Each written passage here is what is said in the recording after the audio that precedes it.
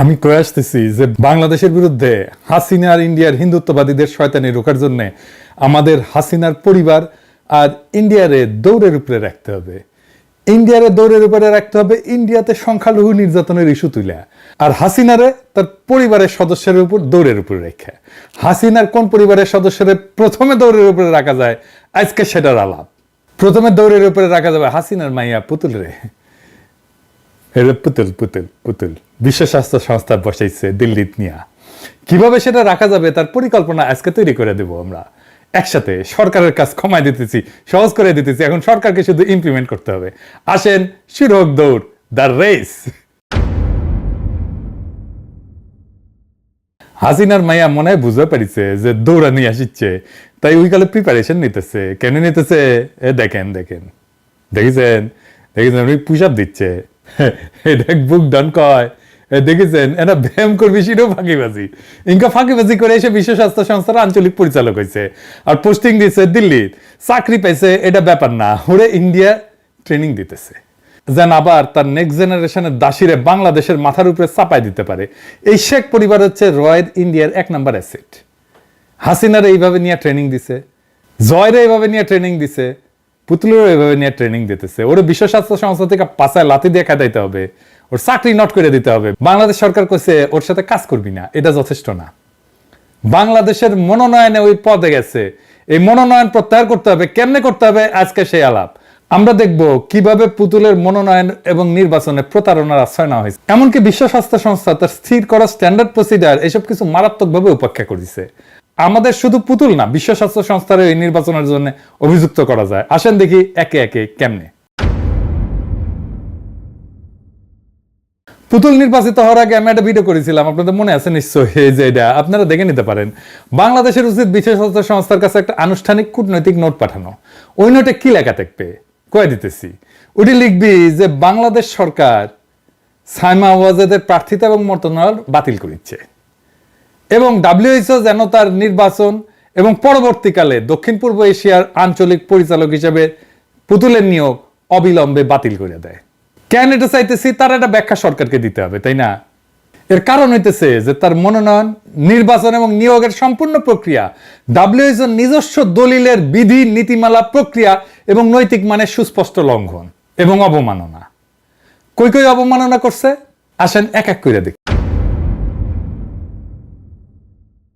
3টা সুনির্দিষ্ট জায়গায় অবমাননা করছে। সেই 3টা ডকুমেন্ট হইতেছে note by the legal council for the nomination and appointment of regional directors.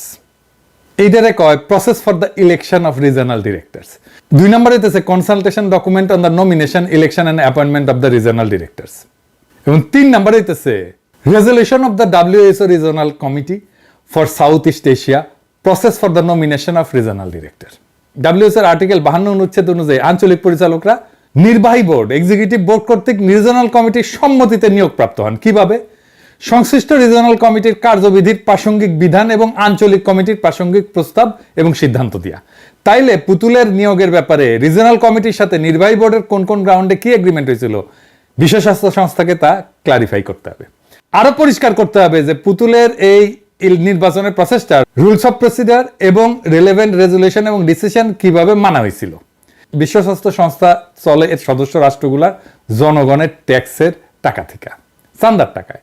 অতএব বাংলাদেশে বিপ্লবী জনতার এবং দক্ষিণ পূর্ব এশিয়ার 11টা দেশের জনগণের এইগুলা জানার পূর্ণ গণতান্ত্রিক অধিকার রয়েছে। আমরা দরকার হলে বাকি 10টা দেশকে বলবো, বাকি 10টা দেশের জনগণকে বলবো তাদের মাথার উপরে কিভাবে এই একটা আজদহরে বসায় রাখছে। এখানেই শেষ না, এই যে নথিগুলোর কথা বললাম তা কিন্তু মাঝে মাঝে পর্যালোচনা করা হয় যেন এই নিয়োগ প্রক্রিয়া আরো স্বচ্ছ হয়, জবাবদিহিতামূলক হয়। শুধু উদাহরণ হিসেবে দেখাই দিই কোন ডকুমেন্ট বা দলিল নিয়ে কি কি পর্যালোচনা হয়েছে। 2024 সালের জানুয়ারিতে, মানে এই বছরের জানুয়ারিতে 154তম অধিবেশনে নির্বাহী বোর্ডে ওই যে EB 154-38 ওই নথি প্রথমে যেটা দেখাইছিলাম, ওই নথি নিয়ে আলোচনা করছে। ওইটা সেই প্রথম ডকুমেন্ট, যে note by legal counsel. Editor দেখাই দেন আগেকার স্ক্রিন থেকে। আঞ্চলিক পরিচালক নির্বাচনের যে বর্তমান কাঠামো সেটা পর্যালোচনা কইরা মনোনয়ন প্রক্রিয়ার স্বচ্ছতা, জবাবদিহিতা এবং নৈতিকতার উন্নতির জন্য সম্ভাব্য পদক্ষেপের বিভিন্ন বিকল্প উপস্থাপন করা হয়েছে। তো এই যে এত নিয়ম কানুন, এত ফ্রেমওয়ার্ক, তার ভিতর দিয়া এই পুতুলের মতো একটা আজদহা কেমনে পরিচালক পদে নির্বাচন হইল, কিভাবে তারা পরিচালক বানানো হইল, বিশ্ব স্বাস্থ্য সংস্থাকে সেইটা পরিষ্কার করতে হবে, ক্লারিফাই করতে হবে, ব্যাখ্যা দিতে হবে। ক্লারিফাই করতে না চাইলে ভালো ভালো তো নিয়োগ বাতিল করে দিলেই চলবে, আমরা মেনে নেব আর কি। শুধু তাই নাই, যে ডাব্লিউএইচওর যে নির্বাহী বোর্ড আঞ্চলিক পরিচালক নির্বাচন প্রক্রিয়া সম্পর্কিত সেই যে লিগ্যাল কাউন্সিলের নোট বিবেচনা করে মহাপরিচালককে সদস্য রাষ্ট্রগুলোর সাথে একটা আনুষ্ঠানিক পরামর্শ সভা আয়োজনের অনুরোধ জানানোর সিদ্ধান্ত নিয়েছে, কিন্তু যাতে আঞ্চলিক পরিচালক মনোনয়ন প্রক্রিয়া স্বচ্ছতা, জবাবদিহিতা এবং নৈতিকতা এইটা বৃদ্ধির পদক্ষেপ সংক্রান্ত একটা কনসালটেশন ডকুমেন্ট প্রণয়ন করা যায়। এইটা 2024 সালে আঞ্চলিক কমিটিগুলোর বিবেচনার জন্য উপস্থাপন করা হবে। এখনো করা হয়নি, এটা করা হবে। তো পরিচালক নির্বাচনের স্বচ্ছতা নিয়ে এত যখন আয়োজন, তখন আমাদের একটা প্রশ্ন করতেই হবে, পুতুলের নমিনেশন প্রসেসটা বিশ্ব স্বাস্থ্য সংস্থার ট্রান্সপারেন্সি, অ্যাকাউন্টেবিলিটি এবং ইন্টিগ্রিটিকে কিভাবে আসমানে উঠেছে, সম্মান বাড়াইছে, স্বচ্ছতা নিশ্চিত করছে, তা জনগণ জানতে চায়। স্বৈরাচারী, অবৈধ, গণহত্যাকারী, মানবতার বিরুদ্ধে অপরাধ সংগঠনকারী লুটেরা সরকার যদি অযোগ্য প্রার্থীকে নমিনেশন দিয়েও থাকে, তাইলে বিশ্ব স্বাস্থ্য সংস্থার আভ্যন্তরীণ যা ইনহেরেন্ট সুবিবেচনা বোধ, এইটা থেকে কি উচিত ছিল না এই নমিনেশনকে অগ্রহণযোগ্য বলে ঘোষণা করা? কই করলো না কেন? দেখতে হবে তাইলে কোন চাপে ডাব্লিউএইচও এটা গ্রহণ করতে বাধ্য হয়েছে, এবং সদস্য রাষ্ট্রদেরকেও বলতে হবে তারা কেন এই প্রার্থীকে ভোট দিছে। এদের সেই লিগ্যাল কাউন্সিলের ডকুমেন্ট কইতেছে ইংরেজিতে। হ্যাঁ, তো ইংরেজি যেহেতু কইছে তাইলে ঠিকই কইছে, তাই না? তো কি কইছে দেখি। কইছে সাম্প্রতিক মনোনয়নগুলোর অভিজ্ঞতা থেকে এটা স্পষ্ট হয়েছে যে আঞ্চলিক পরিচালকদের মনোনয়ন প্রক্রিয়ার সততা, দায়বদ্ধতা এবং স্বচ্ছতার গুরুত্ব অপরিসীম। প্রার্থীদের যাচাই বাছাই এবং প্রক্রিয়ার স্বচ্ছতা নিয়ে সারা সংস্থায় উন্নত সমন্বিত প্রয়োজনীয়তা বিবেচনা করা যেতে পারে, যা মনোনয়ন প্রক্রিয়ার বিশ্বাসযোগ্যতা এবং বৈধতাকে আরো বাড়িয়ে তুলতে সহায়ক হবে। তা পুতুলের ক্ষেত্রে যাচাই বাছাই, যা ইংরেজিতে কইতেছে স্ক্রুটিনি অফ ক্যান্ডিডেটস, তা আদৌ করা হয়েছে? করা হয়ে থাকলে কারা সেটা কিভাবে করছে তা ডাব্লিউএইচও কে ক্লিয়ার করতে হবে, জানাইতে হবে। Transparency of procedures, credibility, legitimacy of the nomination process কিভাবে রক্ষিত বা প্রতিপালিত হয়েছে, ইংরেজিতে কইছো সেটা ঠিকই কইছো, আমরা জানতে চাই যে এটা কেমনে এটা প্রতিপালিত হয়েছে, সেটা ব্যাখ্যা দিতে হবে।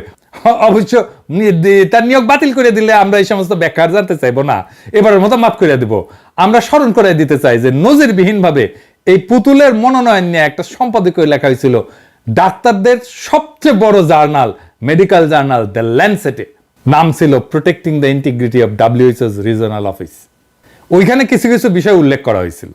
বাংলায় কইতেছি, এইটা সাহেব আপনি ইংরেজিটা স্ক্রিনে দেখান রেফারেন্স হিসাবে। প্রার্থী নির্বাচন প্রক্রিয়ার অস্বচ্ছতা এবং কিছু মনোনীত প্রার্থীর যোগ্যতা নিয়ে উদ্বেগ প্রকাশ করা হয়েছে। এই উদ্বেগগুলো নির্বাচন প্রক্রিয়া এবং নির্বাচিত বিশ্ব স্বাস্থ্য সংস্থার আঞ্চলিক পরিচালকদের ভবিষ্যৎ বিশ্বাসযোগ্যতাকে ক্ষতিগ্রস্ত করার ঝুঁকি সৃষ্টি করেছে। দ্য ল্যান্ডসেটের এই সপ্তাহের একটি ওয়ার্ল্ড রিপোর্টে দক্ষিণ পূর্ব এশিয়া অঞ্চলের নির্বাচন প্রক্রিয়ার মনোনয়ন নিয়ে অভিযোগের বিষয়টি উত্থাপিত হয়েছে, যেখানে এক প্রার্থী মনোনয়নকারী দেশের প্রধানমন্ত্রীর কন্যা। এ ধরনের উদাহরণ ডাব্লিউএইচও নেতৃত্বের সততা নিয়ে আস্থা নষ্ট করে। অযোগ্য প্রার্থীর নির্বাচন ডাব্লিউএইচওর আঞ্চলিক অফিসগুলোর ব্যবস্থাপনায় গুরুতর প্রভাব ফেলে। দেখেছেন মেডিকেল জার্নালে কিভাবে লেখা হয়েছে। এবার আসেন আরেকটা ডাব্লিউএইচও স্ট্যান্ডার্ড নিয়ে আলাপ করি, সেটা হইতেছে প্রার্থীদের মূল্যায়নের মানদণ্ড।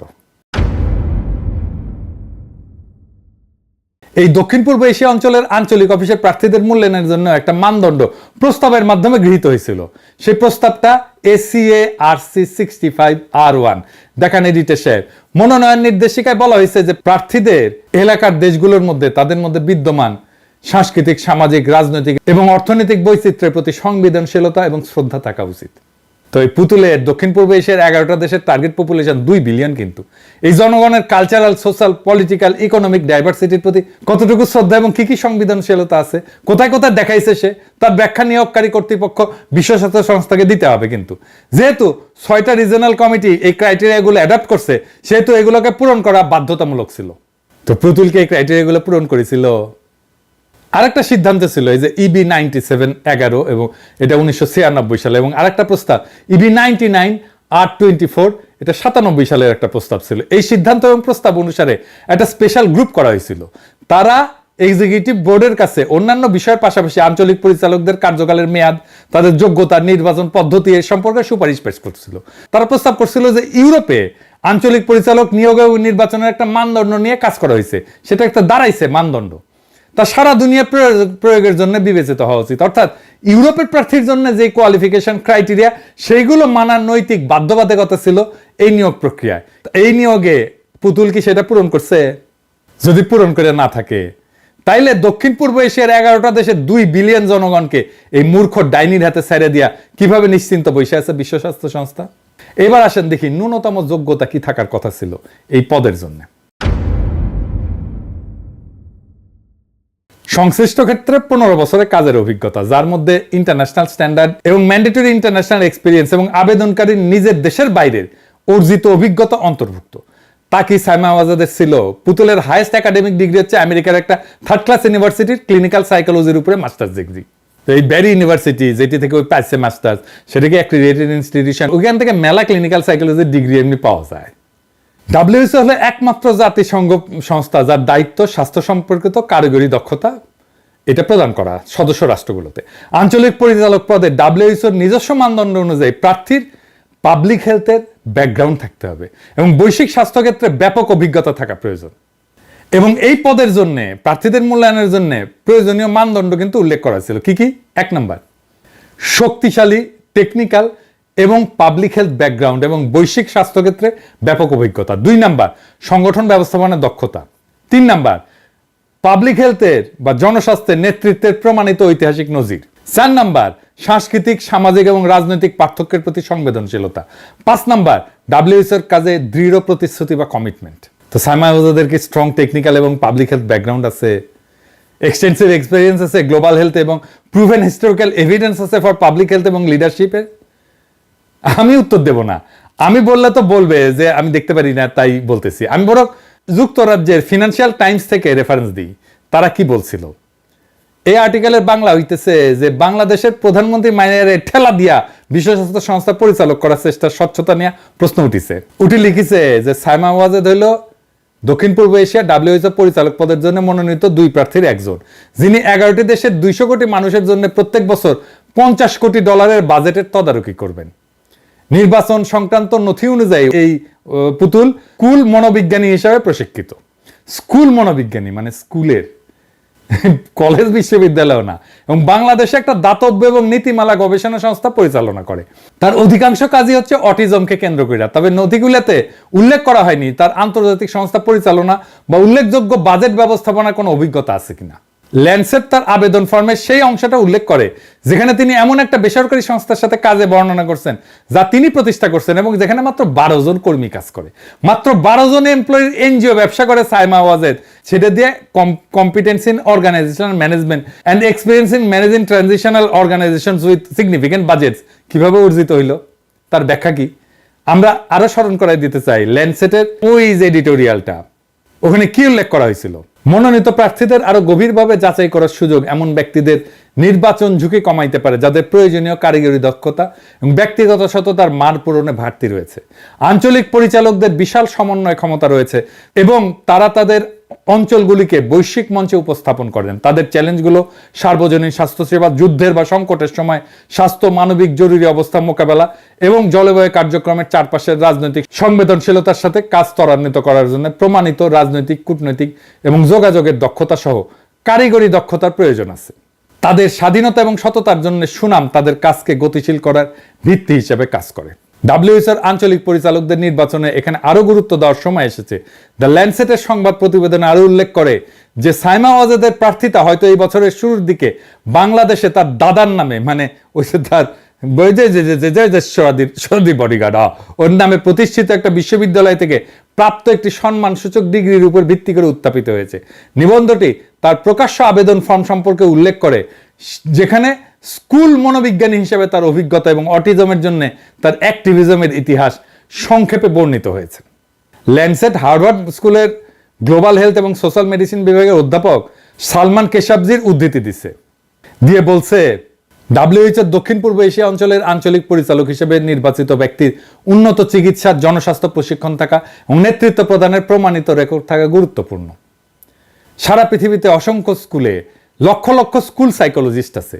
সাইকোপ্যাথ মায়ের সাইকোপ্যাথ মাইয়া সাইমা ওয়াজেদের সীমাহীন প্রতারণা, ভুল, মিথ্যা তথ্য দেওয়া সত্ত্বেও তার নিয়োগ এখনো কিভাবে বহাল আছে? বিশ্ব স্বাস্থ্য সংস্থাকে সেই ব্যাখ্যা দিতে হবে। ব্যাখ্যা দিতে লজ্জা লাগলে তাড়াতাড়ি নিয়োগ বাতিল করতে হবে।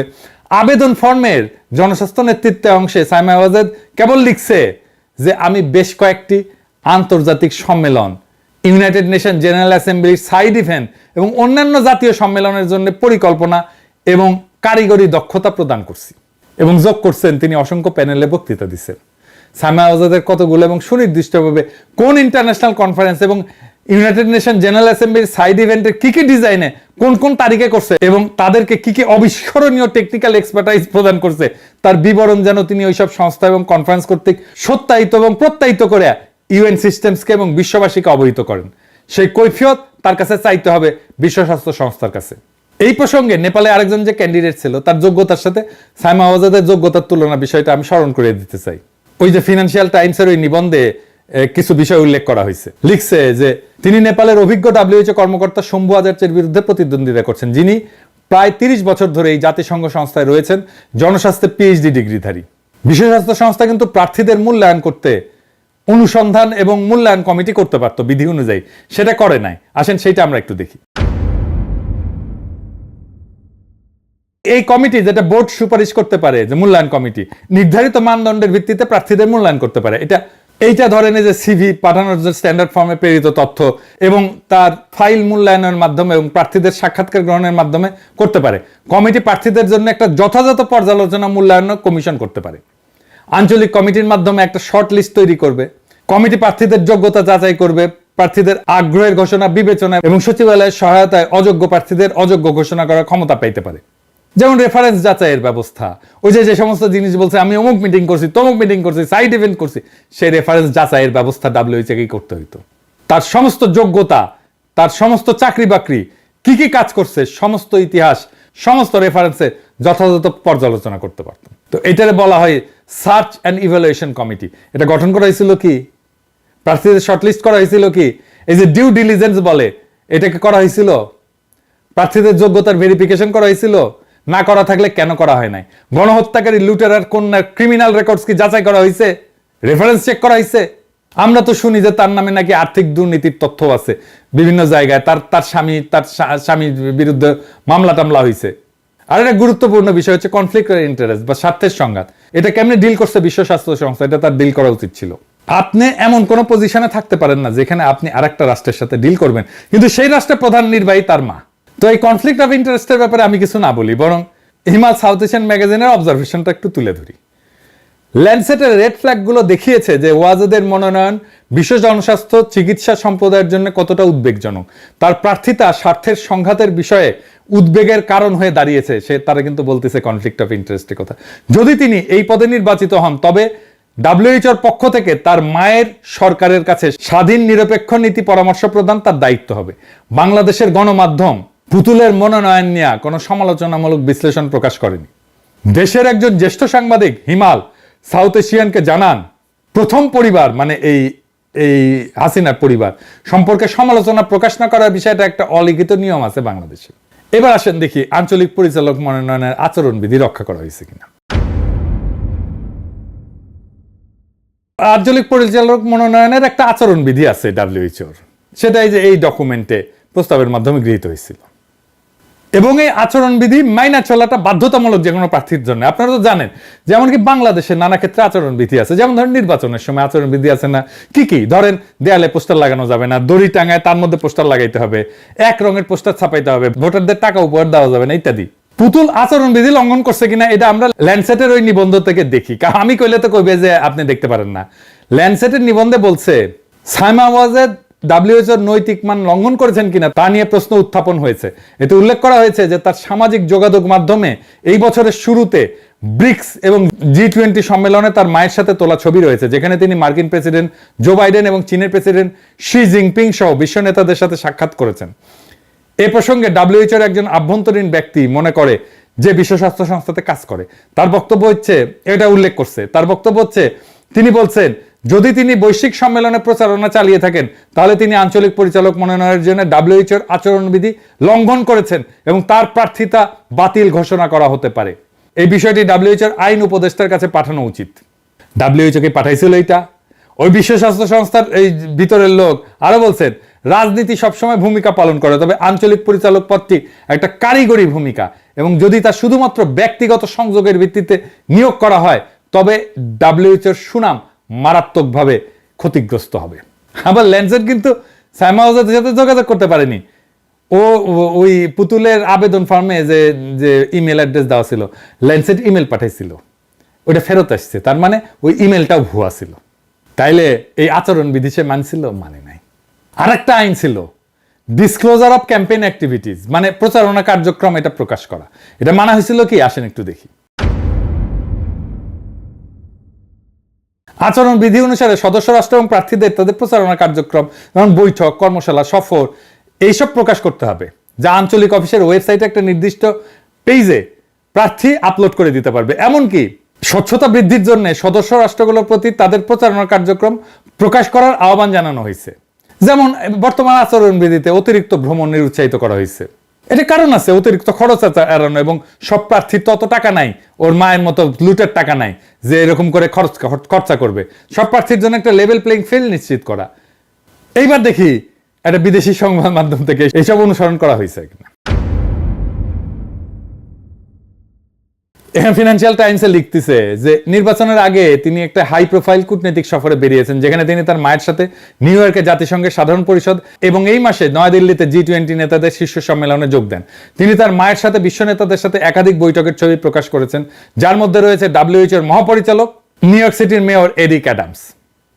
ইউনাইটেড নেশন জেনারেল অ্যাসেম্বলির আগে এবং G20-তে যুক্তরাষ্ট্রের প্রেসিডেন্ট জো বাইডেন এবং ভারতের প্রধানমন্ত্রী নরেন্দ্র মোদী তিনি এই মাসে জাকার্তায় আসিয়ান শীর্ষ সম্মেলনে এবং আগস্টে জোহান্সবার্গে ব্রিক্স শীর্ষ সম্মেলনে যোগ দেন, যেখানে তিনি চীনের প্রেসিডেন্ট শি জিনপিং এর সাথে সাক্ষাৎ করেন।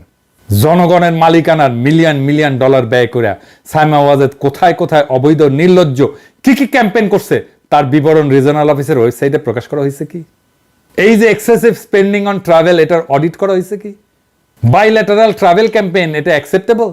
সেটা এক্সিকিউটিভ বোর্ড যাচাই করে দেখছে কি? আচরণ বিধিতে আছে যে limited number of pre identified health related ইভেন্টসে ক্যাম্পেইন পরিচালনা করতে হবে। সেটা কি করছে? প্রি আইডেন্টিফিকেশনের কাজ কে বা কারা করছে? ট্রাভেলগুলো অথরাইজ করছে কে? কারণ এই যে প্রচারণার জন্য যে ট্রাভেলগুলো করতে হবে সেটা WHO-র আচরণ বিধি কমিটি দিয়ে অথরাইজ করতে হবে। ট্রাভেলগুলো কে অথরাইজ করছে? লেভেল প্লেইং ফিল্ড হয়েছে? ওই ফিনান্সিয়াল টাইমসের নিবন্ধে বলা হয়েছে যে বাংলাদেশ তার প্রধানমন্ত্রীর কন্যাকে WHO-র দক্ষিণ পূর্ব এশিয়া অঞ্চলের পরবর্তী প্রধান হিসেবে মনোনীত করছে। এই অঞ্চলের বর্তমান এবং সাবেক কর্মকর্তারা এবং স্বাস্থ্য বিশেষজ্ঞরা ফিনান্সিয়াল টাইমসকে দেওয়া সাক্ষাৎকারে WHO নির্বাচন প্রক্রিয়া নিয়ে উদ্বেগ প্রকাশ করছে এবং ওয়াজেদের যোগ্যতা, উপযুক্ততা নিয়ে প্রশ্ন তুলছে। জাতিসংঘের সাবেক সহকারী মহাসচিব কুলচন্দ্র গৌতম বলেন, যদি তিনি প্রধানমন্ত্রী কন্যা না হতেন আমি মনে করি না যে তিনি একটা গুরুত্ব সহকারে বিবেচিত প্রার্থী হইতেন। মানে তার এই প্রার্থী হওয়ার ন্যূনতম যোগ্যতা নাই। উনি বলছেন যে ওয়াজেদের জীবন বৃত্তান্ত খুবই দুর্বল। তিনি বলেন এটি জাতিসংঘ ব্যবস্থা বা WHO-র জন্য ভালো চিত্র দেয় না। এটা স্পষ্টতই স্বজনপ্রীতি। ফিনান্সিয়াল টাইমস আবার পুতুলে জিজ্ঞেস করছিল, পুতুল কইছে কি যে এই যে স্বজনপ্রীতির অভিযোগগুলো অপমানজনক, এবং তার প্রাসঙ্গিক দক্ষতার অংশ হিসেবে তার প্রচারণা অভিজ্ঞতার উল্লেখ করে বলেন যে আমি জানি না এটা কি শুধু এই জন্যই যে আমি একজন মুসলিম নারী, নাকি আমার মা একজন রাজনীতিবিদ। তীব্র ইসলাম বিদ্বেষী মায়ের এই বুদ্ধি প্রতিবন্ধী মেয়ে যে চামে মুসলিম নারী কার্ড খেলে দিল, সেটা WHO লিবারাল কুতুবেরা কিভাবে হজম করলো? ওর মাও কালে এইভাবে ইসলাম কার্ড খেলতো। সংসদে দাঁড়ায় বলছিল আমেরিকা রেজিম চেঞ্জ করে, মুসলমান দেশগুলোতে বেশি করে। জাউরার বংশ তো জাউরাই জন্মায়, তাই না? যে দেশটা আমাদের কথা কথা গণতন্ত্রের সবক দেয়, আর আমাদের বিরোধী দল থেকে শুরু করে কিছু কিছু লোক তাদের কথায় খুব নাচন কোদন করছেন, উঠবস করছেন, উৎফুল্ল হচ্ছেন। হ্যাঁ, তারা যে কোনো দেশে ক্ষমতা উল্টাতে পারে, পাল্টাতে পারে, আর বিশেষ করে মুসলিম দেশগুলি তো আরো বেশি। তবে ভালো কথা হচ্ছে যে এই এক্সিকিউটিভ বোর্ড এই পরিচালক নির্বাচনের প্রক্রিয়া সম্পর্কে আইন পরামর্শকের নোট পর্যালোচনা করে মহাপরিচালককে একটা অনুরোধ করে। সেই অনুরোধটা কি?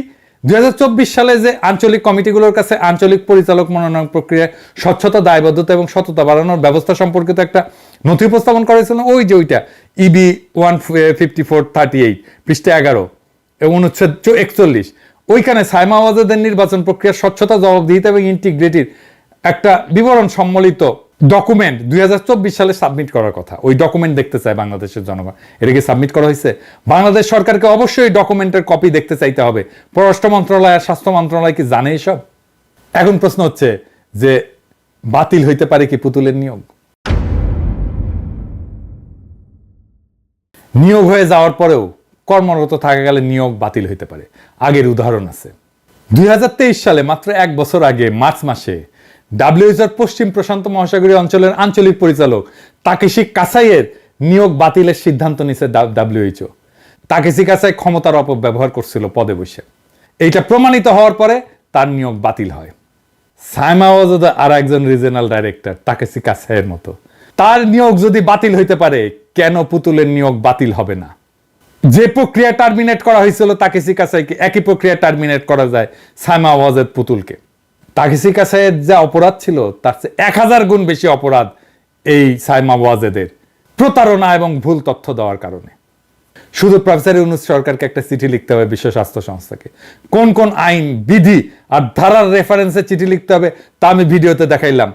আমি 13 পৃষ্ঠার একটা ডকুমেন্ট আজকে এই স্বাস্থ্য উপদেষ্টাকে পুরা ডকুমেন্ট টাইপ কইরা আইনি ডকুমেন্ট তৈরি কইরা পাঠাইছি ইমেলে আজকেই। ওনাদেরকে ব্যবস্থা নিতে হবে। ভলিবলে দেখেছেন না, এই যে চাপ মারে, যে সে চাপ মারার আগে একজন বল রেডি কইরা দেয় নেটের উপরে, হ্যাঁ, আর যে চাপ মারে সাটায় দেয় মাইরা আর কি। আমি কলে বল রেডি কইরা দিছি, এখন মারেন সাটায়।